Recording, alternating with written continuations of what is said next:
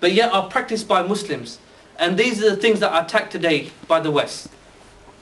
So one thing we need to actually make sure, and we need to make very, very clear, these things that are attacked are not Islamic. These are things that are cultural. And these are the things that Muslims need to move away from. And we can see the misery that these things bring to people's lives. Yeah? People need to leave these cultural issues and need to adopt Islam. So that's the first thing. Secondly, how do we view men and women in society? First of all, both men and women are created by Allah subhanahu wa ta'ala. And He's created men and women in the best form. And men are not favoured over women, and women are not favoured over men. Their accountability on the day of Yawm al-Qiyamah will be exactly the same. They will be accountable for their actions in the sight of Allah subhanahu wa ta'ala. They will be accountable for the actions they performed and the actions they didn't perform. I.e. in the things that they should have done, but they didn't. So there is no difference between men and women in the eyes of Allah subhanahu wa ta'ala. They are exactly the same in terms of their accountability. However, Allah subhanahu wa ta'ala has differentiated between men and women in their roles and responsibilities, because why? Their natures are different. Women can have children, men can't. And on the basis of their natures being different, Allah subhanahu wa ta'ala has actually defined very perfectly what the roles of men and what the roles of women are in that family structure. So Allah subhanahu wa ta'ala has defined that man, he should be the breadwinner. He should be the one that goes out and works and brings the money home. Whereas the woman should be what? She's the one that should stay at home and look after the children. And what you find, this is a complete flip to what's happening in Western society at the moment. Because what's going on? Today you have what's known as house husband. Yeah, man stays at home and looks after the child, while the woman goes out and gets work. Yeah, complete opposite what happens. But we see no problem in this, because we understand that when men and women come together and they fulfill their responsibilities, not only does this earn the reward of Allah subhanahu wa ta'ala, this also advances the family unit in life. And this produces a harmonious society. And what you find in that, in areas where men and women are the same, Allah subhanahu wa ta'ala has given them the same rights. So for example, in political voice, yeah, what's the stereotypical view with regards to women and politics? As my dad often says to my wife, oh, talk about politics, why don't you keep quiet? Yeah. But in fact, no, Islam gives the same rights with politics, gives her a voice that it normally does, that it does with men. It gives her the same rights in zakat, it gives her the same rights in ownership of businesses, etc. So we don't have this problem where they have in the West, where they, as a result of their historical kind of like precedents, i.e. what used to happen before in Britain, they were oppressed by men, women were oppressed by men, they had this whole idea that women was the devil. So as a result, you had the suffragette movement come along to try and gain equal rights in society. So now they have this whole view about they're trying to fight for their rights so they get equal rights as men. But we don't have this problem because why? We understand very clearly the roles and responsibilities of men and women in Islam.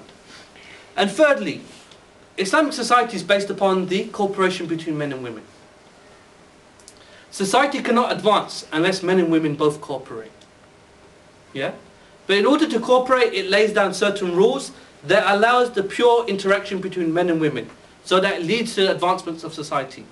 Not like what you have in the West, that women, because of the cooperation between men and women, what's happened? Women are reduced down to what?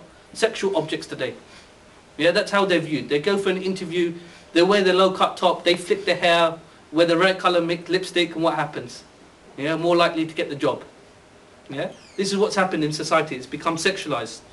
But instead, in Islamic society, women are viewed for their intellect, for their personality, and not viewed upon the way they look. So what you find is that when these things come together in Islamic society, when both men and women fulfill their roles and responsibilities in the society, what happens? We produce a very balanced society for both men and women, a very safe society, where women aren't feared, or they don't need to fear the exploitation, because Islam protects their rights as women. And men can't take advantage of these rights, because it lays down very distinct and very specific rules about men and women and interaction between men and women. So if you find in history how judges, scholars, teachers were all women. In fact, if you look at the time of Umar bin Khattab, he appointed a woman as a judge in the market. Aisha radiallahu anha was a scholar that the other Sahaba learned from. Khadija, the first wife of the Prophet sallallahu alaihi wasallam, was a very successful businesswoman. So you find all these things were actually enshrined and were given and protected in Islam long before the West. And the final point I want to make, really, this whole argument about what they're trying to bring, about how Islam protects women, how Islam oppresses women. The only reason they're actually doing this today is because their own society is in such decay. They actually fear the rise of Islam. They actually fear the rise of Islam. And they're realizing that in the Muslim world, more and more Muslims are beginning to look to Islam as a solution. And they begin to fear this. So in the words of the very famous Star Wars film, now inshallah, the Empire strike back. أقول قولي هذا واستغفر الله. Shukran, brother Naz. Bro, sorry, I'm sure brother Naz got some more to say, but I had to really stop here because of the time issue. Inshallah ta'ala, we have the time now to open up the floor for Q&A. Any questions and comments, please make your comments. We also have a brother who can give it a shot. He's got some pen and papers. Yes, Brother Kash. Sorry, brother, for the talk. You know, we find when people look at Islam today, they always look at the cultural, at the forefathers' culture. So we find ourselves in a funny situation where the older generation, they've returned to the culture of their forefathers, and the younger generation, they've just adopted the culture of the West, and the Islamic culture is just a gap there. It's just missing. I remember even back home in Bangladesh, where I can't remember, I think it was one of my sassis, isn't it? She and the men were having a gathering, they were talking about discussion about something, and she must have come out and gave her views, innit? And the men just took their sandals off, start dashing at her. What are you doing here? You know what I mean? You know what I mean? This kind of mentality, yeah. So what I'm trying to ask you is that why is it that the Islamic culture has been forgotten, and where the younger generation have adopted the West, and the older generation going back to the culture of the forefathers? In terms of why our older generation had this problem, it's nothing more than a simple of a lack of understanding of Islam. It's a lack of appreciating and understanding the Islamic texts. Yeah? And what's happened is that since the decline of the Khilafah, and this line between what culture is and what Islam is has become ever increasingly closer together. So in our older generation, they can't distinguish what is cultural and what is Islamic. So like he said, in fact, they see most of these cultural things as Islamic.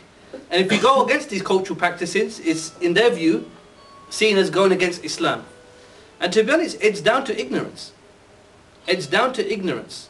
You find, people living in these places, lack of Islamic knowledge, lack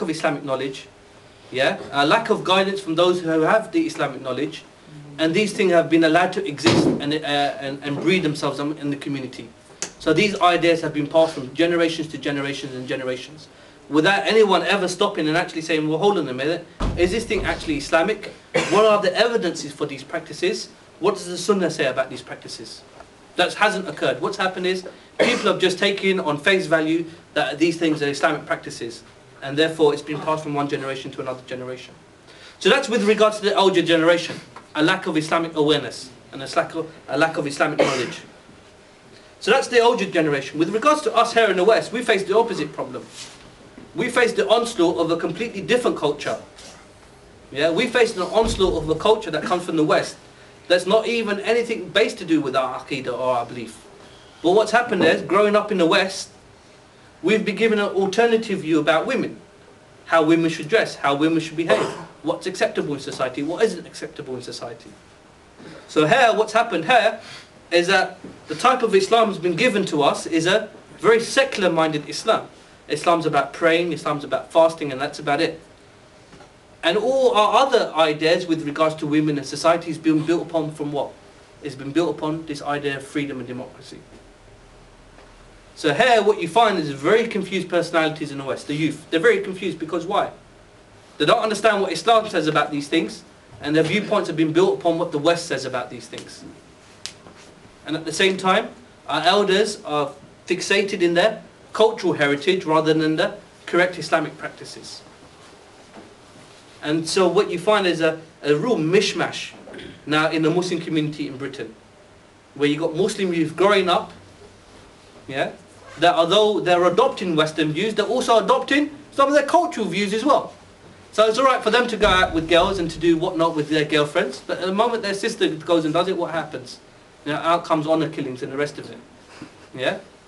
It's okay for them to choose their brides, but when it comes to their sister, no. Their sister needs to marry the person who I choose for her. Yeah? Very confused.